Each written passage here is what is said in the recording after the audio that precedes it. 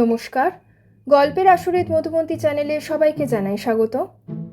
আজ থাকছে হেমেন্দ্র কুমার রায় রচিত ভৌতিক রচনাবলী থেকে কার্তিক পুজোর ভূত। আজকের গল্পের মুখ্য ভূমিকায় রয়েছে মেসের মালিক, ননীবাবু এবং অটল পটল নকুল। শুরু হচ্ছে আজকের গল্প কার্তিক পুজোর ভূত। সঙ্গে থাকুন।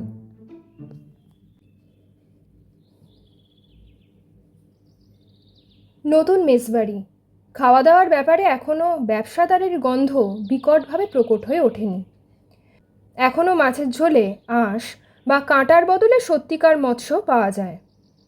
এখনও ডাল বলতে বোঝায় না কেবল ঘোলাটে জল, এবং এখনও আলুর দম বা কালিয়ার তৈলের ব্যবস্থা হয়নি ঘৃতাভাবে। তেতলায় পাশাপাশি 3খানা ঘর ভাড়া নিয়ে 3 বন্ধুতে দিব্য আরামে হাত পা ছড়িয়ে বাস করছিল। 3 বন্ধু অর্থাৎ অটল, পটল ও নকুলের কথা বলছি। কিন্তু একটু গোলমাল বাঁধল। চাঁদের আলো এবং ফুলের গন্ধের মতন মানুষের সুখ শান্তিও বেশিক্ষণ স্থায়ী হয় না। ভগবানের সৃষ্টি এইসব অসঙ্গতি ও অপূর্ণতা নিয়ে অটল, পটল ও নকুল একসঙ্গে বিলক্ষণ মাথা ঘামিয়েছে, কিন্তু সঙ্গত কারণ খুঁজে পায়নি। ব্যাপারটা এই, সেদিন সকালবেলায় মেসের কর্তার ঘরে বসে অটল, পটল ও নকুল চা পান ও হালুয়া ভক্ষণ করছে, এমন সময় একটি নতুন লোকের আবির্ভাব। গোঁফটির প্রান্ত সুচারু। লোকটির মাথায় বাবরি কাটা চকচকে চুল, সুচারু গোঁফটির 2 প্রান্ত। গায়ের পাতলা ফিনফিনে পাঞ্জাবির তলা থেকে রাঙা গেঞ্জির রং ফুটে বেরোচ্ছে। পায়েও রঙিন মোজা ও বাহারি জুতো। কিন্তু বেচারা শৌখিনতা প্রকাশের এত চেষ্টা ব্যর্থ হয়েছে একটিমাত্র কারণে। তার ডান চোখটি কানা, কিন্তু তার সেই একটিমাত্র চক্ষু যেমন তীক্ষ্ণ তেমনই চটুল ও চটপটে। ঘরে ঢুকেই বোধহয় 8 সেকেন্ডের মধ্যেই সেখানে বিরাজমান 4 মূর্তির আপাদমস্তক সে ভালো করে দেখে নিলে। মেসের কর্তা শুধলে, মশাই কি চান? আমার নাম ননীনাথ দাস, এই মেসে বাসা বাঁধতে চাই। এখানে আগেও একবার বাসা বেঁধেছিলুম। তা কি করে হবে? আমার এই মেসে জন্ম হয়েছে মোটে 1 মাস। তা হতে পারে, কিন্তু এখানে আগেও একটি মেস ছিল, তার মৃত্যু হয়েছে 3 বৎসর। ও বটে বটে, এ খবরটা আমি জানতুম না। মশাই তাহলে নতুন মালিক? বেশ বেশ, বলি এখানে একখানা ঘরটর খালি পাওয়া যাবে? দোতলার সব ঘর ভর্তি, তেতলায় একখানা ঘর খালি আছে। ননী একেবারে আঁতকে উঠে একটিমাত্র চক্ষুকে 2 গুণ বাড়িয়ে তুলে বললে, ওরে বাপরে, তেতলায়? অসম্ভব। অসম্ভব? কি অসম্ভব? তেতলায় থাকা। কেন? আগে এখানকার তেতলায় কেউ থাকতো না, অর্থাৎ থাকতে চাইতো না। কেন? আগে তেতলায় উঠবার সিঁড়ির দরজায় লাগানো থাকতো তালা চাবি। কেন মশাই, কেন? আগে সন্ধ্যের পর কেউ এখানে তেতলার নাম পর্যন্ত মুখে আনতো না। আরে মশাই, কেন কেন কেন? নিজের মনে খালি বকবকি করে যাচ্ছেন, আসল কথা বলবার নাম নেই। নিজের মনে খালি বকবকি করে যাচ্ছেন, আসল কথা বলবার নাম নেই। ননী মালিকের মুখের খুব কাছে মুখ নিয়ে এসে একটিমাত্র চক্ষু মুদে বললে, নিতান্তই শুনবেন তাহলে? নিশ্চয় শুনবো, আলবাত শুনবো, না শুনে আপনাকে ছাড়বো না। এমন খাসা তেতলার চারিদিক খোলা ঘর, কেন এখানে কেউ থাকতো না? ননী কণ্ঠস্বর নামিয়ে অদ্বিতীয় চক্ষুটিকে প্রাণপণে বিস্ফারিত করে বললে, আগে তেতলায় যে একজন আছেন। অটল চায়ের পেয়ালা নামিয়ে এতক্ষণ পরে বললে, একজন আছেন মানে? পটল বললে, কে বলে একজন, আমরা হচ্ছি 3 জন। নকুল বললে, হ্যাঁ, 3খানা ঘরে আছি আমরা 3 জন। ননী হতাশভাবে মাথা নাড়তে নাড়তে বললে, ভালো কাজ করেননি। মালিক খাপ্পা হয়ে বললে, এসব কথার মানে? আপনি কি আমার মেসের লোক ভাঙাতে এসেছেন? তাতে আমার লাভ? তবে এত বাজে বকছেন কেন? বেশ মশাই, আমি আর কিছু বলতে চাই না। একতলার কোনো ঘর যদি খালি থাকে তো বলুন, না থাকে পোটলা পুটলি নিয়ে ধুলোপাই প্রস্থান করব। একতলা 3খানা ঘর খালি আছে, আপনি যেটা খুশি নিতে পারেন। অটল বললে, কিন্তু মহাশয়, আপনি আমাদের কৌতূহল জাগ্রত করেছেন। আমাদের কৌতূহল আবার যতক্ষণ না নিদ্রিত হয় ততক্ষণ আপনাকে এইখানেই বন্দি হয়ে থাকতে হবে। পটল বললে, তেতলা আপাতত আমাদের অধিকারে, সুতরাং আসল কথা জানবার অধিকার আমাদের আছে। নকুল মাথা নাড়তে নাড়তে বললে, তেতলায় একজন আছেন মানে কি? ননি একখানা মোড়া টেনে নিয়ে বসে পড়ে নাচার ভাবে বললে, তবে সব কথাই শুনুন মশাই। এই মেজবাড়ির তেতলায় বাস করেন গদাধর গাঙ্গুলি। মালিক বিস্মিত কণ্ঠে বললে, আপনি কি পাগল? অটলও বিস্মিত কণ্ঠে বললে, গদাধর গাঙ্গুলি? তিনি থাকেন তেতলায়, অথচ আমরা কেউ জানি না? আমাদের 3 জোড়া চোখ কি অন্ধ? 1,00,000 জোড়া চর্মচক্ষু থাকলে গদাধর গাঙ্গুলিকে দেখা যায় না, তিনি অশরীরী। পটল আর নকুল চমকে উঠে বললে, কি বললেন? তিনি অশরীরী। আহা, একদা তিনিও শরীরী ছিলেন। 3 বছর আগে আমি যখন এই মেসে ছিলুম, তার কিছু আগেই তিনি শরীর ত্যাগ করেছেন। অটল, পটল ও নকুলের দেহ রীতিমতো রোমাঞ্চিত হয়ে উঠল। মালিক হতভম্বের মতন কেবল বললে,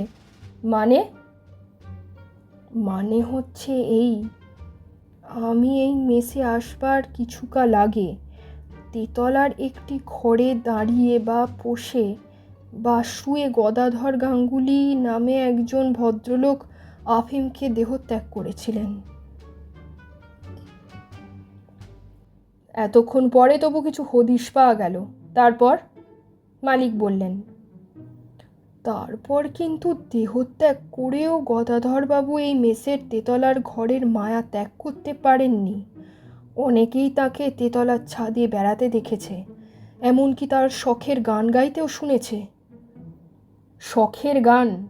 হাকি হ্যাঁ, বললে হয়তো বিশ্বাস করবেন না, কিন্তু আমিও দোতলা থেকে শখের গানটি শুনেছি। সেই শখের গানটি কি?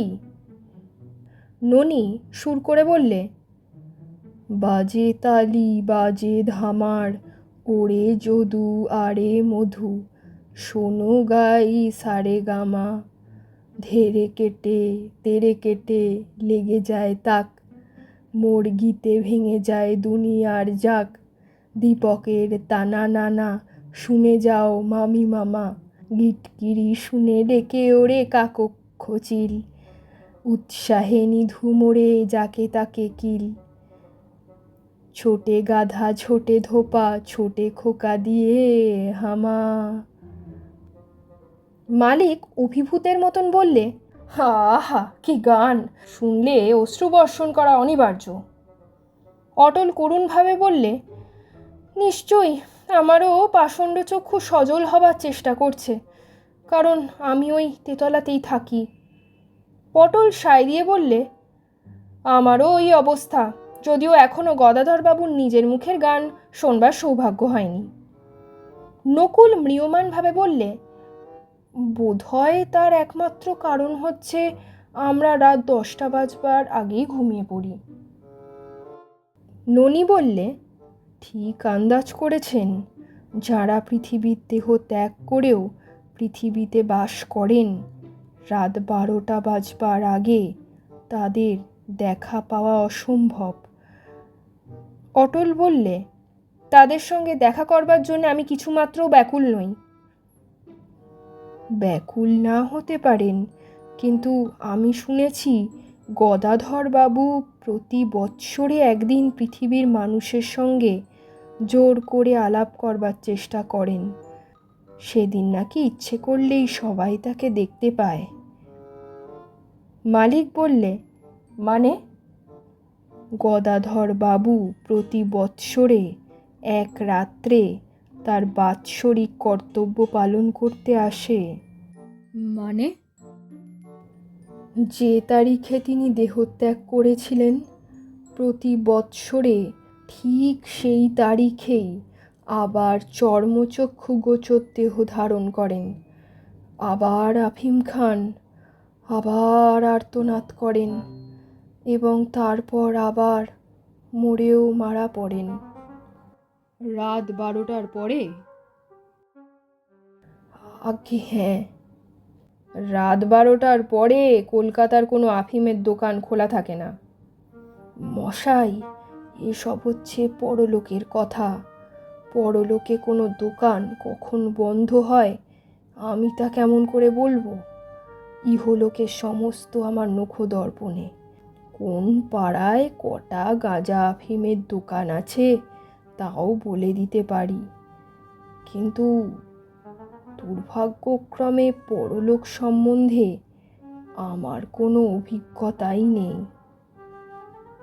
মালিক ক্রুদ্ধস্বরে বললে, এইসব গাঁজাখুরি গল্প বলে আপনি কি আমার মেজবাড়ির দরজা বন্ধ করতে এসেছেন? ননিও ক্রুদ্ধ কণ্ঠে বললে, গাঁজা? আমি ভদ্রলোক, গাঁজার দোকানের ঠিকানা জানি বটে, কিন্তু গাঁজা কাকে বলে জানি না। আমি এসেছি মেসের একখানি ঘর নিতে। একতলায় একখানি ঘর পেলেই আমি খুশি হব। মালিক উঠে দাঁড়িয়ে বললেন, চলুন, কিন্তু আপনাকে আমার বিশ্বাস হচ্ছে না। আমি আগাম টাকা চাই। তাই নিন না, এ বাড়ির তেতলার ঘর ছাড়া আর সব ঘরেই যেতে আমি প্রস্তুত, বিশেষ আজকের রাত্রে। আজকের রাত্রে মানে? গদাধরবাবু মরদেহ ত্যাগ করেন নাকি কার্তিক পুজোর রাত্রে? তিনি বাৎসরিক ব্রত পালন অর্থাৎ আবার আফিম খেয়ে দেহত্যাগ করতে আসেন ঠিক সেই রাত্রেই। এটা তার কি খেয়াল জানি না, কিন্তু শুনেছি কার্তিক পুজোর রাত্রে তিনি আবার একবার দেহত্যাগ করবার অভিনয় না করে থাকতে পারেন না। অনেকটা সাপের খোলস ত্যাগের মতোই আর কি। চলুন মশাই, এসব বাজে কথা থাক। একতলায় আমাকে একখানা ঘর দেখিয়ে দিয়ে আসবেন, চলুন। ননিকে নিয়ে মালিক প্রস্থান করলে। অটল কড়িকাঠের দিকে তাকিয়ে শীষ দিতে দিতে হঠাৎ থেমে বললে, আজই কার্তিক পুজো? পটল দুঃস্বপ্নাভিভূতের মতো বললে, কিন্তু গদাধরবাবু যে কোন ঘরে দাঁড়িয়ে বা বসে বা শুয়ে আফিম খেয়ে তার বাৎসরিক ব্রত পালন করেন সে কথা তো জিজ্ঞেস করা হলো না। অশ্রু ভারাক্রান্ত কণ্ঠে নকুল বললে, জিজ্ঞাসা করবার দরকার নেই, যতটুকু শুনেছি তাই যথেষ্ট। আর যদি সৌভাগ্যক্রমে গদাধরবাবুর সঙ্গে দেখা না হয় তাহলে কালকে এই বাসাকে নমস্কার করে সরে পড়ব। অটল ও পটল একসঙ্গে দৃঢ় প্রতিজ্ঞের মতো বললে, হ্যাঁ। সে রাত্রে অটল, পটল ও নকুল এক একখানা ঘরে একলা থাকা যুক্তিসঙ্গত বা নিরাপদ বলে মনে করলে না। পটল ও নকুল আপন আপন ঘর ত্যাগ করে এসে অটলের বিছানার ডান বা বাম পাশে নিজেদের বিছানা পেতে নিলে। গদাধরবাবুকে বাধা দেবার জন্যে অটল ঘরের সমস্ত দরজা জানলা ভালো করে বন্ধ করে দিতে লাগলো। অটল, ননির কাহিনী বিশ্বাস করলে বলতে হয় গদাধরবাবু হলেন সূক্ষ্মদেহধারী।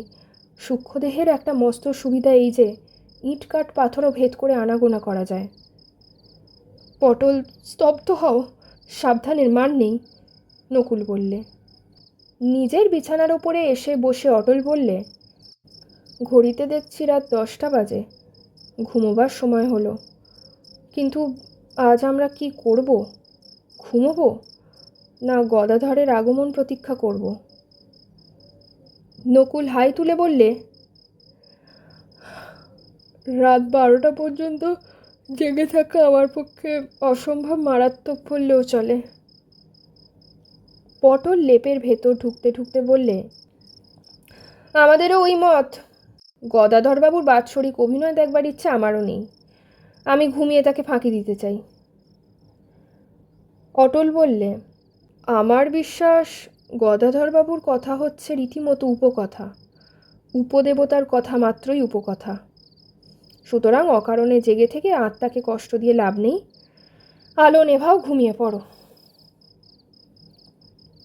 মিনিট পাঁচেক পরেই 3টি তন্দ্রাপুলকিত নাসাযন্ত্রের প্রচণ্ড ঘরর ঘরর মন্ত্রে একান্ত সন্ত্রস্ত হয়ে দেওয়ালবাসীর টিকটিকিরা পর্যন্ত ভেন্টিলেটরের ভেতর দিয়ে বাইরে পলায়ন করে হাঁপ ছেড়ে বাঁচল। তারা এতদিন এক অটলের নাসিক ধ্বনিকে কোনো ক্রমে সহ্য করেছিল, কিন্তু একসঙ্গে অটল পটল নকুলের তর্জন গর্জনময় নাস্যভাষা, এ হচ্ছে দস্তুর মতন মেছো হাঁটার কোলাহল, যে কোনো জীবের পক্ষে সহ্য করা অসম্ভব। কার্তিক মাসের শেষ তারিখের ভিজে হিমেল হাওয়া, বেশ কনকনে। অটলের ঘুম গেল ছুটে। ধর্মর করে উঠে বসে সে বলে উঠল, ওরে বাপরে বাপ, কি ঠান্ডা! সবচেয়ে বেশি শীতকাতুরে নকুল এর আগেই জেগে উঠেছিল। সে লেপের মাঝখানে ঢুকে গিয়ে ঘুম জড়ানো স্বরে বললে, আমার মনে হচ্ছে আমি এভারেস্টের সর্বোচ্চ শিখরের ওপরে আরোহণ করে আছাড় খেয়েছি। পটল বাক্য ব্যয় করলে না, এপাশ থেকে ওপাশে ফিরে শুলো। অটল বিস্মিত হতভম্ব স্বরেই বললে, কিন্তু হাওয়া আসে কোত্থেকে? আমি নিজের হাতেই তো সব জানলা বন্ধ করে দিয়েছি। নকুল একটিমাত্র চক্ষু উন্মোচন করে বললে, শ্বাসহীন পুরনো জানলা, আলগা ছিটকিনি, হয়তো জোর হাওয়া লাগলেই খুলে যায়। হতে পারে, কিন্তু এর আগে ওই উত্তরের জানলাটা এমন অসময় আর কখনো খুলে যায়নি। এমনই গজগজ করতে করতে উঠে দাঁড়িয়ে অটল সশব্দে আবার জানলাটা বন্ধ করে দিলে। তারপর পুনর্বার ত্রিনাসিকা মুখর হয়ে উঠল, এবং খানিক পরে আবার ভালোভাবে ঘুমোতে না ঘুমোতেই ভেঙে গেল তাদের ঘুম। সেই ঠান্ডা হাড় কাঁপানো বাতাস। উত্তরের জানলাটা আবার খুলে গিয়েছে। অটল চিন্তিতভাবে বললে, ব্যাপারটা ভালো বলে বোধ হচ্ছে না, রীতিমতো সন্দেহজনক। জানলার এমন ব্যবহার কল্পনা করা যায় না। নকুল, উঠে গিয়ে জানলাটা বন্ধ করে দিয়ে এসো তো। নকুল দৃঢ় কণ্ঠে বললে, লেপের বাইরে যাবার ইচ্ছে আমার নেই। অটল বললে, নকুল, তুমি দেখছি মহাকাপুরুষ, একটা জানলা বন্ধ করবার সাহসও তোমার নেই? রাবিশ! সে শয্যা ত্যাগ করবার উপক্রম করছে এমন সময় গির্জার ঘড়িতে ঢং ঢং ঢং করে রাত 12টা বাজল। নকুল শীতার্ত কণ্ঠে বললে, 12টা? পটল ম্রিয়মাণ স্বরে বললে, প্রেতনগরের সিংহদ্বার এইবারে খুলে গেল। অটল জানলা বন্ধ করবার জন্যে আর শয্যা ত্যাগ করবার চেষ্টা করলে না। ঝাঁ ঝাঁ রাতে ডাকছে খালি ঝিঁঝি পোকারা। শহরের আর সব শব্দই যে ভয়ে চুপ মেরে গিয়েছে। কিন্তু নীরবতার বক্ষ ভেদ করে একটা সুর শোনা যাচ্ছে না? সুরটা আরও একটু স্পষ্ট হয়ে উঠল। কে যেন বাইরে ছাদের কোণ থেকে গুনগুন করে গাইছে। অটল আড়ষ্টভাবে বললে, ইস, এ যে গদাধরবাবুর গান। পটল বললে, নকুল ভাই আমার, চটপট জানলাটা বন্ধ করে দিয়ে এসো তো। পাগল, গদাধরবাবু এসে আমাকে টানাটানি করলেও আমি আর লেপের ভেতর থেকে বেরোবো না, নকুল বললে। গান থামল। ছাদের ওপরে শোনা গেল কার পায়ের শব্দ। অটল ক্ষীণস্বরে বললে, আমার মনে হচ্ছে গদাধরবাবু এই ঘরে এসে আফিম খেতে চান। পটল আর নকুল একেবারে বোবা হয়ে গেল। বোধহয় তারা ভাবলে বোবার শত্রু নেই। পায়ের শব্দ থেমে গেল। খানিকক্ষণ সব নিঃসার। তারপরেই একটা নতুন রকম ভয়াবহ শব্দ। শব্দ হচ্ছে ঘরের ভেতরেই, পূর্ব দিকে। এ যেন মাংসহীন অস্থিহার পায়ের শব্দ। অটলের মাথার চুলগুলো তখন খাড়া হয়ে উঠেছে এবং দেহ হয়েছে অসম্ভব রকম রোমাঞ্চিত। তবু সে বালিশের তলা থেকে দেশলাই বার করে একটা কাঠি না জেলে থাকতে পারলে না। ঘরের কোথাও কেউ নেই। পটল আর নকুল দুজনেই লেপের তলায় অদৃশ্য। দেশলাইয়ের কাঠি নিভে গেল। তারপর আবার ঘরের ভেতরে শব্দ হলো।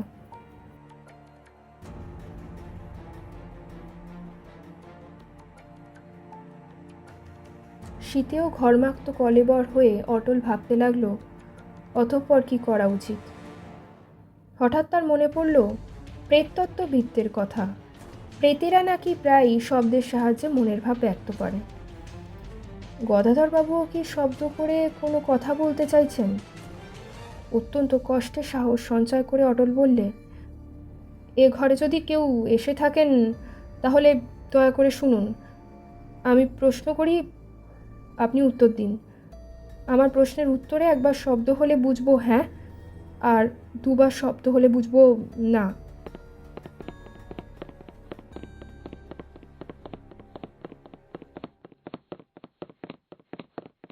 মশাই, অত বেশি শব্দ করে ভয় দেখালে মারা পড়ব। শুনুন, আপনি গদাধরবাবু?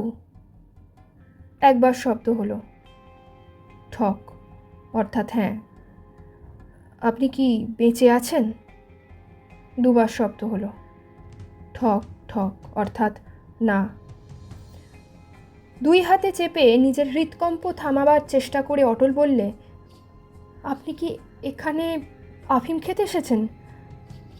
ঠক, হ্যাঁ। আপনি কি আজ আফিম না খেয়ে থাকতে পারবেন না? ঠক ঠক, না। আমরা এখানে থাকলে আপনি কি রাগ করবেন? ঠক, হ্যাঁ। আপনি নিশ্চয়ই আমাদের আক্রমণ করতে চান না? ঠক, হ্যাঁ। পর মুহূর্তেই অটলের ওপরে ঝাঁপিয়ে পড়ল হাত পাওয়ালা মস্ত একটা দেহ। অটল বিছানা থেকে ছিটকে মেঝেয় গিয়ে পড়ে হাউমাউ করে চেঁচিয়ে উঠল, এবং তার পর মুহূর্তেই পটল বিকট স্বরে চেঁচিয়ে উঠল, ওরে বাপরে, গদাধর আমার ঘাড়ে চেপেছে রে। তারপরেই দড়াম করে খুলে গেল ঘরের দরজা, এবং সেই অবস্থাতেই অটল বেশ বুঝতে পারলে যে পটল ও নকুল চেঁচাতে চেঁচাতে দুমদাম শব্দে ছাদের ওপর দিয়ে পালিয়ে যাচ্ছে। বলা বাহুল্য, সেও তৎক্ষণাৎ গদাধরবাবুকে ফাঁকি দিয়ে শুয়ে শুয়েই সরীসৃপের মতো সরাত করে দরজার কাছে সরে গেল। তারপর উঠেই বাইরের ছাদের দিকে মারলে এক লম্বা লাফ। অটল, পটল আর নকুল হুড়মুড় করে সিঁড়ি ভেঙে দোতলার বারান্দার উপর নেমে দেখলে এত রাতে সাতপাড়া কাঁপানো গোলমাল শুনে মেসের সমস্ত লোক এসে জড়ো হয়েছে। ব্যাপার কি? হ্যাঁ, ব্যাপার কি বলুন তো? আপনারা কি কিছু বুঝতে পারছেন? বারান্দার উপরে 3 জোড়া পা ছড়িয়ে বসে 3 মূর্তি হাঁপাতে লাগলো 3টে হাঁপড়ের মতন। মেসের মালিক শুধলেন, ও অটলবাবু, কি হয়েছে বলুন না। অটল বাঁধো বাঁধো গলায় বললে, গদাধরবাবু আমার ওপরে লাফিয়ে পড়েছেন। পটল বললে, না অটল, ভয়ের চোটে তোমার ওপরে ঝাঁপ খেয়েছিলুম আমি, আর গদাধরবাবু লাফ মেরেছিলেন আমার পিঠের ওপরেই। আমার প্রতি তারই অন্যায় পক্ষপাতিত্বের মানে হয় না। নকুল বললে, না পটল, পালাতে গিয়ে তোমার ওপরে হোঁচট খেয়ে পড়ে গিয়েছিলুম আমি, অন্ধকারে তুমি বুঝতে পারোনি। মালিক স্বস্তির নিঃশ্বাস ফেলে হা হা করে হেসে বললে, এরই নাম রজ্জুতে সর্পভ্রম। গদাধর বাবু হচ্ছেন গাঁজাখুরি গল্পের নায়ক। যান মশাই, যে যার ঘরে যান। মিথ্যেই আমাদের ঘুম ভাঙালেন। অটল প্রবল রেগে মাথা নেড়ে বললে, মাপ করতে হলো মশাই, কে ঘরে যাবে? সেখানে গদাধরবাবু এতক্ষণে হয়তো আফিম গুলতে শুরু করেছেন। মালিক বিপুল বিস্ময় বললে, মানে? হতে পারে দুরাত্মা পটল নির্বোধের মতন আমার ওপর ঝাঁপ খেয়েছিল, কিন্তু পটল বললে, হতে পারে কাপুরুষ নকুল ভয় দিকবিদিক জ্ঞান হারিয়ে আমার ওপর হোঁচট খেয়েছিল, কিন্তু নকুল বললে, কিন্তু আমাদের ওই ভ্রমের দ্বারা প্রমাণিত হয় না যে তেতলায় গদাধরবাবু নেই, কারণ আমরা সবাই স্বকর্ণে তার মার কামারা গান, তার পায়ের শব্দ আর ঠক ঠক ভাষায় তার কথা শুনেছি। মালিক মাথা চুলকোতে চুলকোতে বললে, তাই তো, শুনেছেন নাকি? নিশ্চয়ই শুনেছি, বলেই তো ভয় পেয়েছি। মেসের আর কেউ ননির গল্প শোনেনি। সকলের কণ্ঠে একই প্রশ্ন জাগল, গদাধর বাবুটি কে? হ্যাঁ, কে এই গদাধর বাবু? মালিকের ইচ্ছে নয় যে গদাধর বাবুর কাহিনী আর কারোর কর্ণগোচর হয়। সে তাড়াতাড়ি বলে উঠল, গদাধর বাবু হচ্ছেন আমার পিসে মশাই। তাকে নিয়ে আপনাদের কারুর মাথা ঘামানোর দরকার নেই। অটল বাবু, নকুলবাবু, আপনারা আমার ঘরেই আসুন। পিসে মশাই এত রাতে আপনাদের ঘরে অনধিকার প্রবেশ করেছিলেন বলে আমি অত্যন্ত দুঃখিত। আফিমের মৌতাত মাথায় চড়লে পিসে মশাইয়ের আর কোনো জ্ঞান থাকে না। সকালের আলো দেখে তাদের পলাতক সাহস আবার প্রত্যাগমন করলে। মেসের মালিককে নিয়ে অটল নিজের ঘরে এসে ঢুকল। পটল এবং নকুলও গেল নিজের নিজের ঘরে। বলা বাহুল্য, বাৎসরিক ব্রত পালন করে গদাধরও তখন অদৃশ্য হয়েছে। অটল কৌতূহলীভাবে ঘরের এদিক ওদিকে দৃষ্টি নিক্ষেপ করছে। এমন সময় ঝড়ের মতন ছুটে এসে বললে, সর্বনাশ হয়েছে, আমার দরজার তালা ভাঙা, ট্রাঙ্কের তালা ভাঙা, আমার 10খানা 10 টাকার নোট চুরি গিয়েছে। তারপরে প্রায় তার পেছনে পেছনে ছুটে এসে নকুলও সমাচার দিলে তার বাক্সের ভেতর থেকে উধাও হয়েছে 115 টাকা 8 আনা। অটল চমকে উঠে তাড়াতাড়ি বিছানার ওপরে হাঁটু গেড়ে বসে পড়ল। তার চাবির তোড়া থাকতো মাথার বালিশের নিচে। বালিশ তুলে দেখা গেল চাবি নেই, কিন্তু একখানা চিঠি আছে। চিঠিখানা এই, পটল নকুলবাবু, কাল সকালে গদাধর কাহিনী বলে আমি বেশ একটি ভৌতিক আবহ সৃষ্টি করেছিলুম নয়? তারপর সেই আবহ রাত্রে ঘনীভূত হয়ে উঠেছিল দুইবার খোলা জানলা দেখে। কি বলেন? কিন্তু একটু কম ভীতু হলে আপনারা অনায়াসেই অনুমান করতে পারতেন যে বাহির থেকে অনায়াসেই খড়খড়ির পাখি তুলে হাত দিয়ে ছিটকিনি সরিয়ে জানলা খোলা যায়।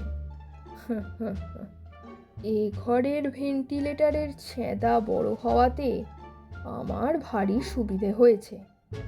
ওই পূর্ব দিকের মাঝের জানলার ওপরকার ভেন্টিলেটরের ফাঁক দিয়ে টোন সুতোর ডগায় একখণ্ড নুড়ি বেঁধে বাহির থেকে আমি ঘরের ভেতরে ঝুলিয়ে দিয়েছিলুম, আর সুতোর অন্য প্রান্ত ছিল আমার হাতে।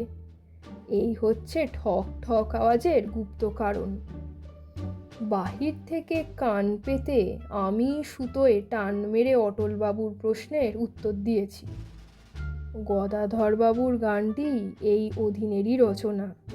ওটি কোনো মাসিক পত্রে ছাপিয়ে দিতে পারবেন? আমার একমাত্র উদ্দেশ্য ছিল আপনাদের তেতলা থেকে তাড়ানো। কেন তা বলা বাহুল্য। আর বোধহয় মহাশয়দের সঙ্গে সাক্ষাৎ হবে না। বিদায়। ইতি আপনাদের শ্রী ননি।